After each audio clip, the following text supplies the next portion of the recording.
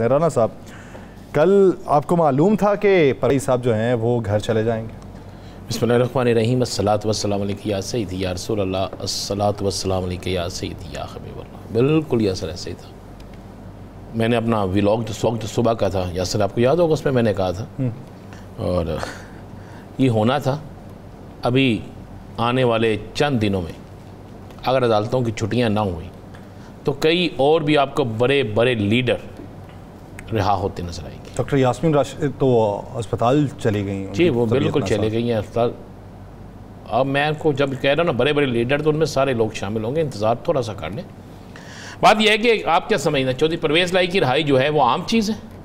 सदर भी हैं एक पार्टी के, और पार्टी के सदर के साथ साथ उन्होंने बताया कि मैं चौधरी हूँ, मुझे अपनी दोस्ती वफादारी निभानी आती है। उन्होंने पार्टी के साथ वफादारी निभाई है, मोनस लाई ने निभाई है, चौधरी साहब की फैमिली ने निभाई है सारी। और इतनी मुसीबतें, इतनी मुश्किल, इतने कठिन मरहले सारे उन्होंने तय किए हैं, और आज भी वो डट कर खड़े। सेहत इजाज़त नहीं देती, इसके बावजूद खड़े, कोई सौदेबाजी नहीं की। लेकिन उनकी रिहाई के बाद आपको मैं एक खबर दे दूं, जो सब अपने लोगों को बचाने के मास्टर हैं, जो सब डायलॉग के मास्टर हैं, और जो सबको पता है कि किस तरीके से किस जगह पर मैंने क्या करना है। आपको बहुत जल्द बड़े बड़े सरप्राइज़ मिलेंगे, और चौधरी साहब ने बड़ी गेम डालनी है, आपको नज़र आएगा गेम। मैं इस हवाले से नहीं कह रहा, यानी चौधरी साहब वो बहुत सी दूरियां ख़त्म करेंगे। चौधरी साहब एक तंजीम को उनके आने से देखें, एक पार्टी का सदर गिरफ्तार था, एक पार्टी का चेयरमैन गिरफ्तार था, एक पार्टी का वाइस चेयरमैन गिरफ्तार था, एक पार्टी का सेक्रेटरी जनरल छोड़ के चला गया था, अब नया चेयरमैन, नए सेक्रेटरी जनरल। लेकिन अब ज़रा थोड़ा सा आगे आते हैं, ये आपको सरप्राइज़ मिलना शुरू हो जाएगा। और इंशाल्लाह ये जो 2 दिन और हमारा प्रोग्राम है, फिर हम 2 दिन की लीव पे चले जाते हैं ना, 2 दिन की लीव पे जाते हैं ना जी जी, फिर उसके बाद हम प्रोग्राम पे आते हैं। तो उस वक्त तक आपको हम ये खबर दे रहे होंगे कि आज फ़लाँ भी हो गया, फ़लाँ। आप ये गौर करें ना ज़रा, सियासत की तब्दीली कैसी है। क्या मौलाना फजलुर रहमान और तहरीक इंसाफ का कुछ कहता था कि आपस में कभी इत्तेहाद होगा, ये इकट्ठे बैठेंगे? मियां नवाज शरीफ साहब ने, पीपल्स पार्टी ने, मुस्लिम लीग नून ने मौलाना साहब को हमेशा इस्तेमाल किया किसके खिलाफ? खान साहब के, इमरान खान के, बानी तहरीक इंसाफ के, इनके खिलाफ इस्तेमाल किया, बेइंतहा इस्तेमाल हुए। जलसे, जुलूस, रैलियाँ, किसको नहीं पता कि प्लेटलेट्स कम होने के वक्त वो रैली कहाँ से निकली थी, धरना कहाँ पे बैठा था, और उस धरने में के बाद क्या हुआ था, उस धरने में क्या हुआ था। धरने के हवाले से क्या मालूमात बाद में शेयर की गई थी कि किसके कहने पे धरना हुआ, धरने के मकासद क्या थे, सारी चीज़ें मालूम।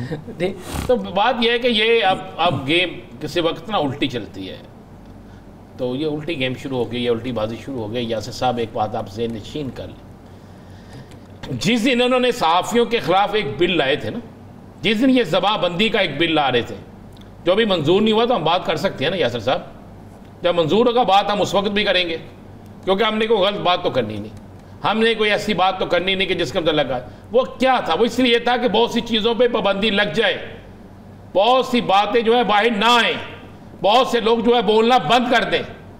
जिस तरह आपने कल मुझे कहा कि बली के बकरे क्या होते हैं, हालांकि इस वक्त तो पूरी कौम ही बली का बकरा है, किसान बली के बकरे हैं। बिजली के बिलों की सूरत में देखें तो हर गरीब शख्स बली का बकरा है। गैस की कीमत बढ़ रही है, हर गरीब आदमी जो है उसका निशाना बनेगा। इसी तरह और भी दीगर चीज़ें जो है उसमें आपको नज़र आएगा। तो यासिर साहब अब हालात बदलने हैं, अचानक बदलने हैं, इतनी तेज़ी से बदलने हैं कि आप सोच नहीं सकते। सिर्फ पाकिस्तान के नहीं, इस खित्ते के भी, इस खित्ते के भी। कौम देखनी थी ना, आज कौम देखते। कौम थी आज ईरान में, क्या वो कौम नहीं थी?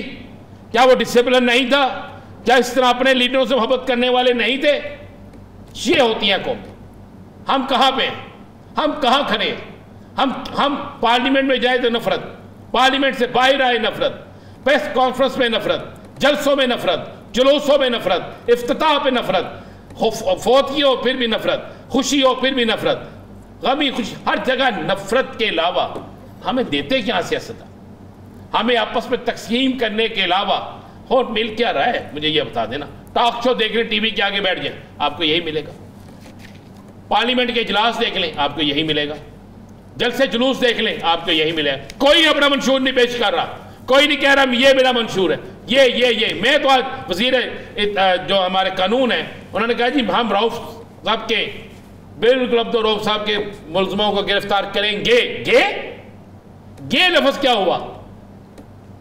क्या वो इलाका गैर था? क्या वो भाग के किसी ऐसी जगह चले गए?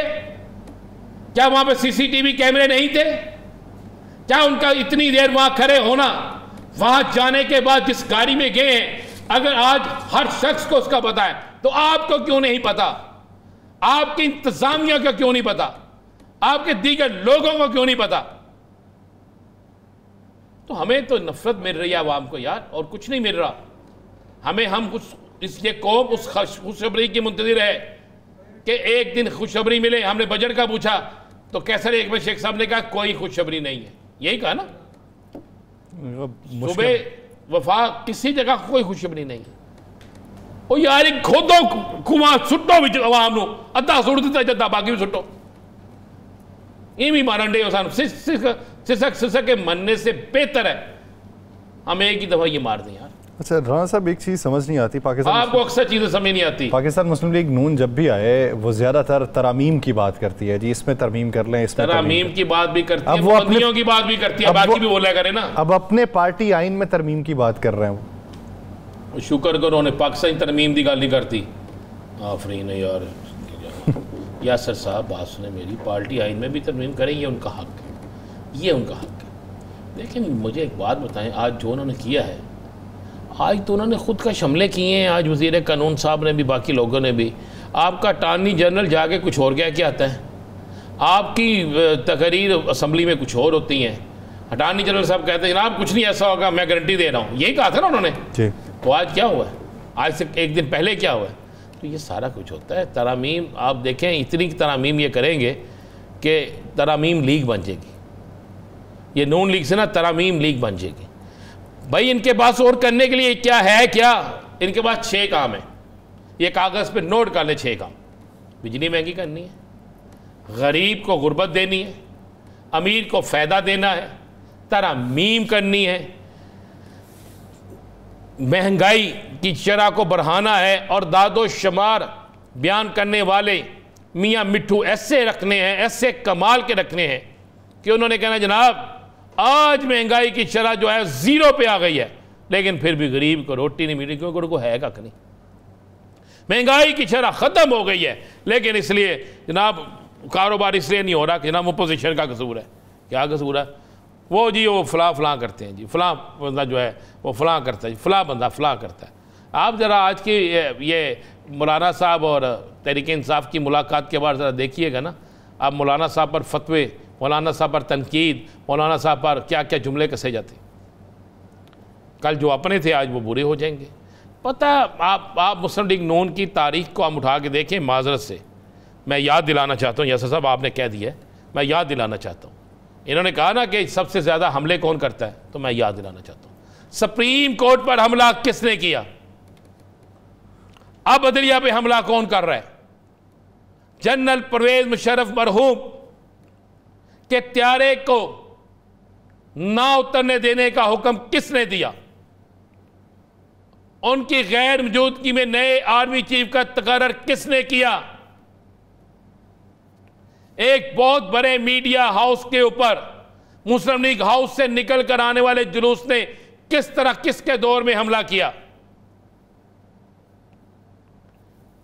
इस्लापिंडी से लेकर लाहौर तक मियां साहब की जब बरतरफ हुए हैं या जब नाहली हुई है, जजेस के खिलाफ तकारीर किसने की? नैब के ऑफिस पे, नैब के ऑफिस पर पत्थर, ये सारा कुछ ये किसने किया?